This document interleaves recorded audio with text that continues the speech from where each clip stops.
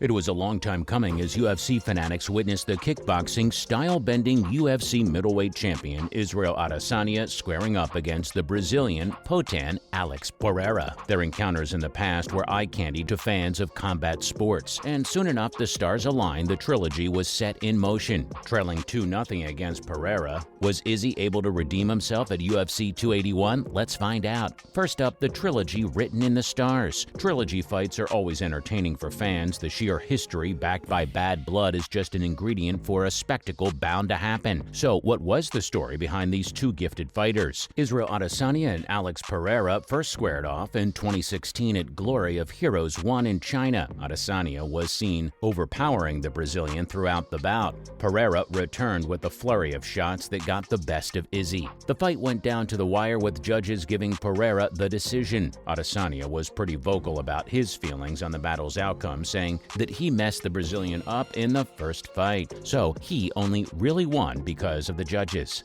The fight demanded a rematch, and the stars aligned finally at Glory 2017. The war was set to take place in Pereira's hometown to add to the atmosphere. The stage was set, and Adesanya came at the hometown hero with a frenzy of aggressive strikes. Izzy meant business and was hellbent on revenge. However, in the third round, Pereira delivered a devastating hit that floored Adesanya, the first and only time he's been knocked out as of now. Fast forward to 2022, the fighting gods had given the two a chance to claim bragging rights in the octagon, and that too in the world's greatest arena, Madison Square Garden. The stage was set, it was time. Coming up, the night as it happened. After much friction from both sides in interviews, the stage was set at the MSG. The fight started with the two middleweights exchanging back and forth blows with each other, very reminiscent of their previous bout in their kickboxing days. But that wasn't the only thing similar about the fight. Adesanya went for a delayed jab and a step-in right hand from the get-go, a shot Pereira still couldn't figure out the defense tactics for. The seasoned Nigerian continued to land a lightning-quick right hand, slowly drawing the fight's momentum in his favor. It was textbook Adesanya as he tuned down his offensive tactics, riding down each round. It looked as though Israel would drag the fight to a comfortable decision. But against Pereira, he was different. This wasn't the classic Adesanya who would retract after an occasional leg kick or punch, toying with his opponents. The champion went for the grapple and takedown to out-wrestle Pereira, despite the Brazilian being physically bigger than him. Izzy's confidence made it seem like redemption wasn't so far-fetched.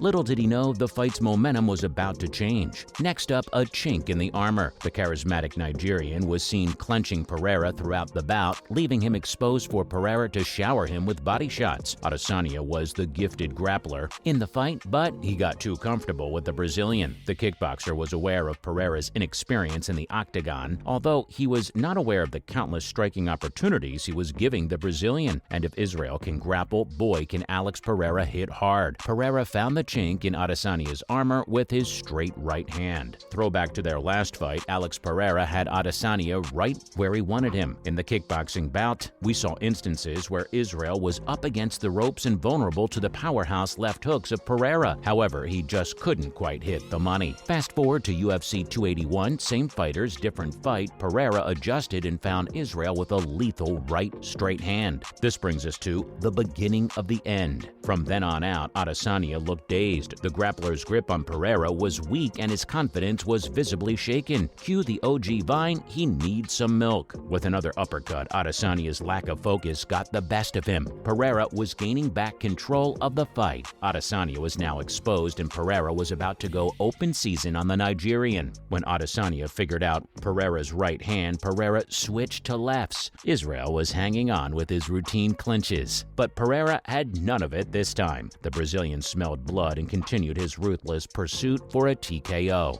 The last stylebender was running on his final fumes. The referee stopped the bout with 3 minutes to spare into the fifth round as fans were left amazed by Alex Pereira's strike accuracy and vicious power. Israel was left in the corner of the octagon, attended by the referee. After just 4 UFC appearances, Alex Poatan Pereira was crowned middleweight champion of the world, whitewashing the trilogy 3-0 against rival Israel Adesanya. Looks like Adesanya is Vegeta to Pereira's Goku. I'll surpass you, Kakarot. Next up, what went wrong? Looking back at the fight, it's clear that Adesanya misjudged Pereira's strengths ahead of the battle. We saw him take risks he usually wouldn't take against opponents that were more gifted grapplers than him. Aware of Pereira's lack of experience in grappling, Adesanya decided to ground him, and it did work. Pereira looked gassed out at the 4th round. However, with both of their strong suits considered, Israel had to be perfect for 25 minutes. In contrast, Pereira had to be perfect for just 1. Heading into the 5th round, Pereira's trainer, Glover Teixeira, was seen giving him a full-fledged Rocky speech in Portuguese, after which Pereira was going in for the kill. At the post-fight conference, the Brazilian shared what went down in the octagon during the break. Speaking to the press, Pereira admitted that it would be a tough fight. He said he tried to pace himself heading into the final round where his corners, including Glover, kept it real with him. It was like something out of a movie. Pereira looked at his trainer and asked, "Do I have to knock him out?" Glover gave the green light to Pereira, telling him to go for the kill. Pereira went, "Okay, let's do it," and the rest was history. In the aftermath, Israel protested against the referee's call, saying he was good.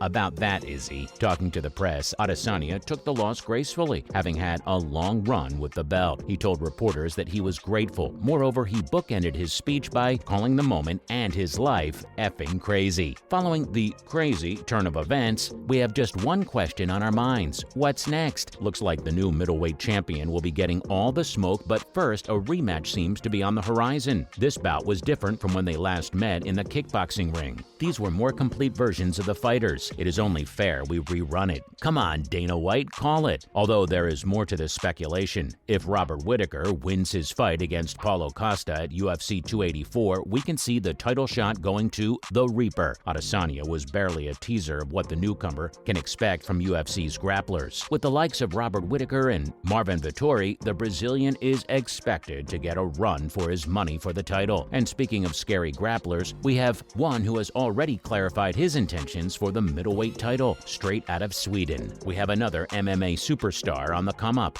Dubbed the Chechen, Borz Khamzat Chimaev. Finally, the 9-word call-out. The Swedish powerhouse Khamzat Chimaev has earned a reputation as one of the UFC's most menacing wrestlers. After missing weight leading up to his much-anticipated fight against brawler Nate Diaz, the Swede had a point to prove. Kevin Holland was, in hindsight, and was at the receiving end of Chimaev's power at UFC 279. Khamzat seems to be on the prowl and is after the big names. Even Dana White has dubbed Chimaev a effing freak of nature and would like to see him compete in the middleweight division. Looks like the CEO will have his wishes answered as Chimaev took to Twitter calling out Alex Pereira shortly after his exciting win against Israel Adesanya. The tweet read, "Let me fight with this guy. One road, finish him." The Swede has competed in 2 middleweight bouts, the first being his first in the octagon against John Phillips and the second versus Gerald Meerschaert. He currently stands at welterweight, which critics have said doesn't do justice to his gifted attributes as a fighter. Fans are already memeing his entry at the middleweight division to be far-fetched due to him missing weight for the much-anticipated Nate Diaz bout. Looks like the fans are one opponent Chimaev cannot out-wrestle when it comes to memes. Anyway, let's assume he does make weight. His potential fight against the Brazilian champion is set up to be a spectacle. But as of now, Chimaev is set to take on Colby Covington